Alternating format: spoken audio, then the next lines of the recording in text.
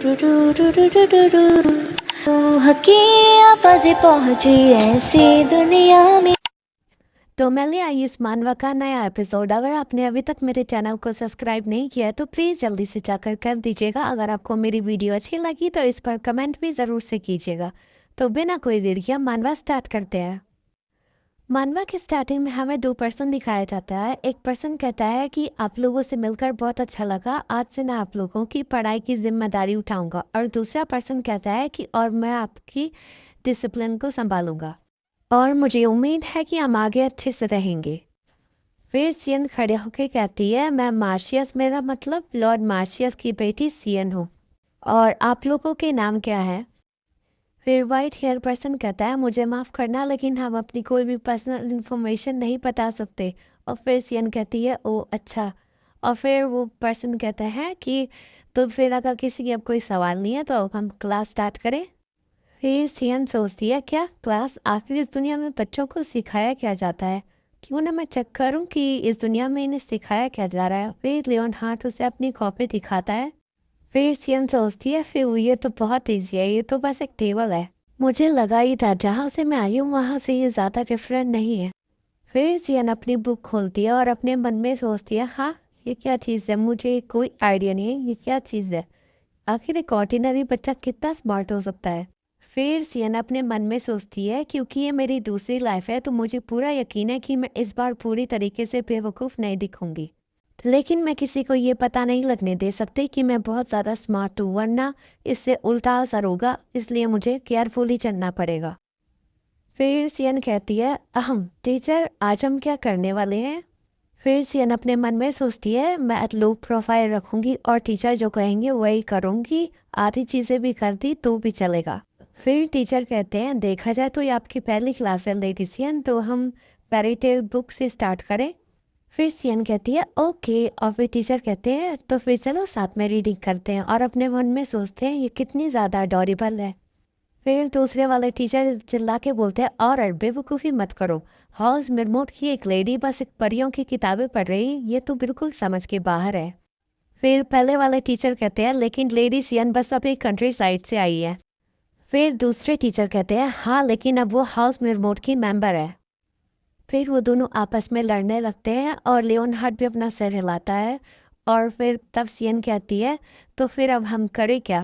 फिर टीचर और कहते हैं, तुम कितनी ज़्यादा प्यारी और लवली हो। और अपने मन में कहते हैं, तुम्हें बस फेरी टेल वाली किताब पढ़नी है ना? फिर दूसरे वाले टीचर सियन की टेबल में ज़ोर से किताब मारते हैं और कहते हैं, लेडी सियन, इधर के बच्चे 2 साल की उम्र में फेरी टेल की किताब पढ़ना बंद कर देते हैं। हो सकता है कंट्री साइड के बाहर अभी तक आपने अपनी लाइफ बिना किसी नॉलेज के बिताई हो, लेकिन मुझे इतना तो यकीन है आप बेसिक एटिकेट्स की बुक तो पढ़ ही सकते हैं।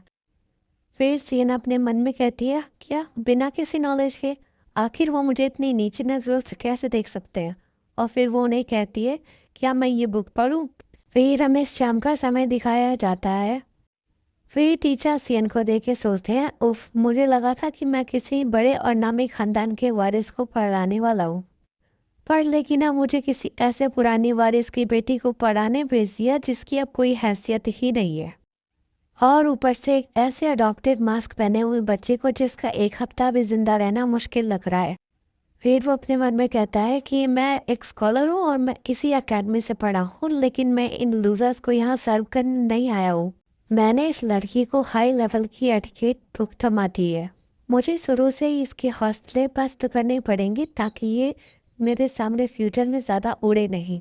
और फिर वो उसे कहता है कि अगर तुम्हारी रीडिंग पूरी हो गई हो तो तुम मुझे इसे समझाओ और पहले पन्ने पर समराइज करो। फिर सियन कहती है, ओके। और फिर वो अपने मन में कहता है, ओके की बच्ची, मैं तुझे दिखाऊंगा कि सर्वाइवल ऑफ द फिटेस्ट का क्या मतलब होता है। और फिर वो लियोन हार्ट की तरफ देख के सोचता है, और तुम क्या इधर घूर रहे हो? तुम खुद को तैयार कर लो क्योंकि इस गाँव की गवार के बाद तुम्हारी ही बारी है।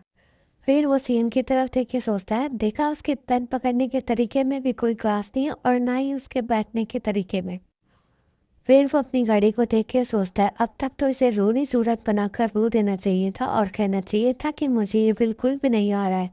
फिर सियन अपना हाथ उठा के कहती है, एक्सक्यूज़ मी सर, मेरा हो गया। फिर वो कहता है, अच्छा ऐसा है तो फिर चलो देखते हैं तुमने क्या नॉनसेंस लिखा है। और फिर वो उसका पेपर देखता है, उसका मुँह खोला का खुला रह जाता है। फिर टीचर और आके कहते हैं क्या हुआ उधर, क्या उनके आंसर के साथ कोई प्रॉब्लम है। और फिर जब वो सीएन का पेपर देखते हैं तो उनका मुंह भी खुला का खुला रह जाता है और फिर दोनों कहते हैं लेडी सीएन। और फिर सीएन कहती है क्यों, क्या हुआ। फिर सीएन अपने मन में सोचती है मुझे तो समझ नहीं आ रहा है मैंने क्या गलत लिखा है। मैंने तो पैसेज सिंपल तरीके से पढ़कर उसकी समरी लिखती थी, कहीं मैंने कुछ गलत तो नहीं समझ लिया। फिर टीचर सीएन को गोद में उठा के कहते हैं लेडी सीएन आप तो जीनियस हो। फिर सीएन सोचती है ये तो वैसा बिल्कुल नहीं है जैसा मैंने प्लान किया था, शायद मुझे आधा आंसर ही लिखना चाहिए था। फिर वो ब्राउन हेयर वाले टीचर कहते हैं कि इसके लिए जीनियस कहना बहुत ज़्यादा ही हो जाएगा, मैं अगली बार से तुम्हारे लिए और ज़्यादा डिफ़िकल्ट बुक लाऊंगा। फिर पीछे से लियोनहार्ड कहता है ओए छोटू। और फिर सीएन कहती है हाँ। और फिर लियोनहार्ड कहता है स्माइल करके कि लगता है कुछ चीज़ें मुश्किलों का सामना काफ़ी अच्छे से कर सकती है, मुझे तुम्हारा टैलेंट काबिल तारीफ लगता है। फिर सीएन सोचती है कि लगता है मैं ये छुपाने में नाकामयाब हो गई कि मैं बहुत ज़्यादा स्मार्ट हूँ। फिर हमें ड्यूकल मैनर दिखाया जाता है जहाँ पर डचेस कहती है ओ छोटी सी लिटिल क्रिएचर ने कहा कि वो मुझे ज़्यादा पसंद करती है। और फिर सीएन के फादर बड़ी डार्क आवाज़ में कहते हैं पक्का आपको कोई गलतफहमी हुई होगी, क्या मुझे अच्छे से समझा सकते हैं। फिर हमें दिखाया जाता है वहाँ पे सीएन के टीचर थे जो डरते हुए कहते हैं वेल मुझे अच्छे से तो याद नहीं पर उन्होंने आपकी तरफ से बात रखी थी योर ग्रेस।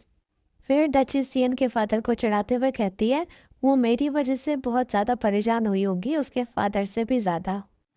फिर सीएन के टीचर कहते हैं और साथ में उन्होंने अपनी पहली क्लास में आउटस्टैंडिंग परफॉर्मेंस दी। फिर डचेस कहती है जैसा एक्सपेक्ट था मेरी ग्रैंड डॉटर से। और फिर सीएन के डैड उनकी बात काटते हुए कहते हैं हाँ क्योंकि वो मेरी बेटी है। फिर वो दोनों अपनी आंखों से लड़ने लगते हैं और टीचर के पसीने पसीने हो रहे थे। और फिर डचेस कहती है उसे इस कारनामे के लिए एक छोटा सा इनाम तो मिलना चाहिए। हमें इधर बताया नहीं जाता है कि सीएन की ग्रैंड मदर उसे क्या दे रही है। और फिर कहती है डचेस की इसे प्रिपेयर करो। और फिर सीएन के टीचर कहते हैं क्या ये एक बच्चे को ये दे रही है। फिर सीएन के फादर कहते हैं ये पक्का सीएन को पसंद आएगा, मैं स्टीपल जाकर सीएन को ये गुड न्यूज़ बता कर आता हूँ। फिर डचेस कहती है नहीं इसे तैयार होने में अभी टाइम लगेगा, इसीलिए इस बात को अभी सीक्रेट ही रखना। फिर सीएन के डैड कहते हैं चलो ठीक है, मेरे लिए इससे ज़्यादा ज़रूरी ये है कि सीएन का मजाक उड़ाने की हिम्मत किसने की थी। फिर सीएन के डैड कहते हैं भले ही वो बहुत ज़्यादा शार्प है लेकिन दिल से वो बहुत ज़्यादा मासूम और फ्रेजाइल है। फिर सीएन के डैड कहते हैं वो किसी डॉग की तरफ बहुत ज़्यादा डेलिकेट है और दूसरों के लिए हद से ज़्यादा ही काइंड है, इसीलिए वो बहुत इजीली हर्ट हो जाती है, वो इस फैमिली के लिए बिल्कुल भी ठीक नहीं पड़ती। वे सीएन के टीचर अपने मन में सोचते हैं मुझे तो लगता है वो डेलिकेट से ज़्यादा काफ़ी चालाक है और उसने अपने पुलिस पर डराने और खरी खोटी सुनाने में ज़रा भी संकोच नहीं किया। फिर डचेस सीएन के फादर से कहती है तुम उसकी बहुत शेखी बखारते हो, क्या तुम्हें पता है काउंसिल तुम्हें अगला ग्रैंड डिक चुनने वाली है। फिर सीएन के नाता अचानक से फ्लिंच होते हैं और फिर इसी के साथ हमारा ये एपिसोड यहीं पर ख़त्म। अगर आपने मेरे चैनल को अभी तक सब्सक्राइब नहीं किया है तो प्लीज़ जाकर कर दीजिएगा और अगर आपको मेरी वीडियो पसंद आए तो प्लीज़ कमेंट भी कीजिएगा।